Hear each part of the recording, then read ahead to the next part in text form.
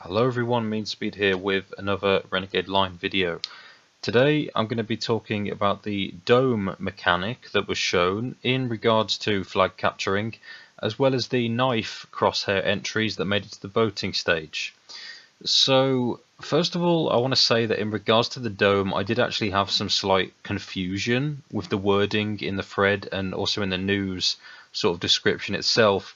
So if anything here has been misinterpreted, then that's my fault, obviously. But yeah, basically the news said the dome protects your team, but in the FAQ that was created, I think it was a day after they originally posted it. It says people can hurt you from in and outside of it, so that did confuse me slightly. We were told that the dome blocks explosives and bullets, so I guess I can assume that you can only take damage from abilities and other weapons and effects maybe, which does seem a bit odd, so I mean I could have misinterpreted the information like I said. To be honest, the dome might just be used as another thing to destroy or harm to gain access to the flag. So, as well as the enemies, you'd have to take out the dome in order to get control over the flag again. Since I don't think a flag can be capped for your team if there are still enemies around it and on the point, that wouldn't really make much sense to me unless there were more of your teammates on the point than enemies, but still, seems to be more logical to have no enemies on there. I think it promotes capturing flags and sticking together, especially if the dome is eventually changed to have values based on how many people actually contribute to the flag capture or just how many people are on the flag at the time of capture, since we were told that the current values for the dome are for testing only, and obviously they're just values that aren't real. They're just going to be used for testing, much like the weapon damage that we saw in the gameplay video. So we were told the current values are something like 10 seconds that it will last, and it'll have basically 250 health. So that could easily be changed to be higher or lower based on the amount of team members capturing the flag. And I think that would be good, since you'd have a higher chance of keeping a flag secured, at least for longer after a capture, if there are more teammates around you, to have it lasting for longer, or having to take more damage to be destroyed. So that really does encourage team play, I think, which is very important in a game like this, at least in my opinion. But yeah, it doesn't really protect the team if they can still take damage inside it, and enemies can obviously walk into it as well. They can walk in, but like I said before, it proves to be another obstacle to pass in order to progress the game, to get the match going and move it forward, though obviously a time limited one. And of course, I'd imagine flags will prove to be a big deal, so it is definitely important.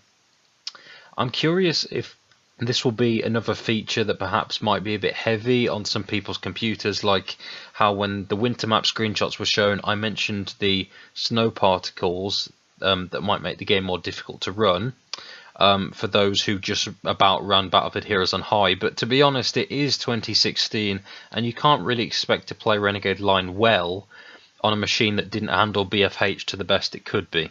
So yeah, I'd be interested to see if the dome could have other effects to promote the teamwork and flag capturing, such as slowing down enemies if they decided to enter it and stuff like that. Despite the confusion I had with the wording, and still being slightly uncertain right now while making this video, to be honest, I still think this mechanic is a lot more interesting than just a quite archaic way of raising a flag and nothing else happening as a result of that.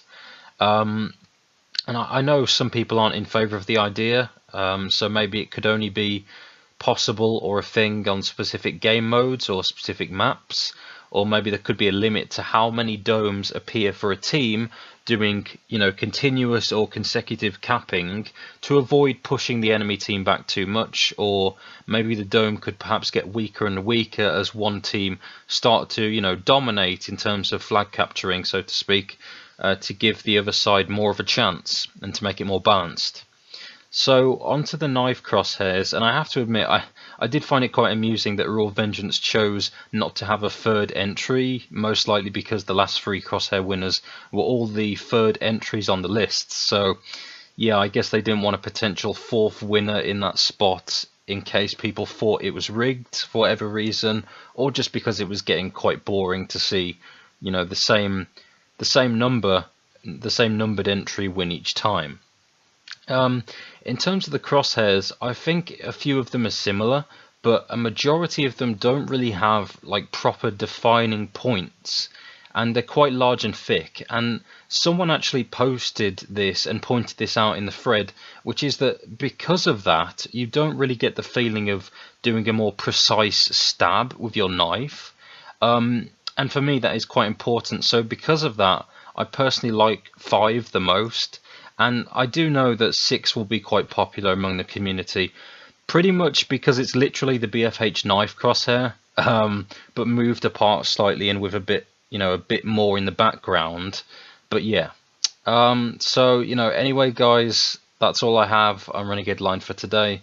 So thanks for watching, and I'll see you next time.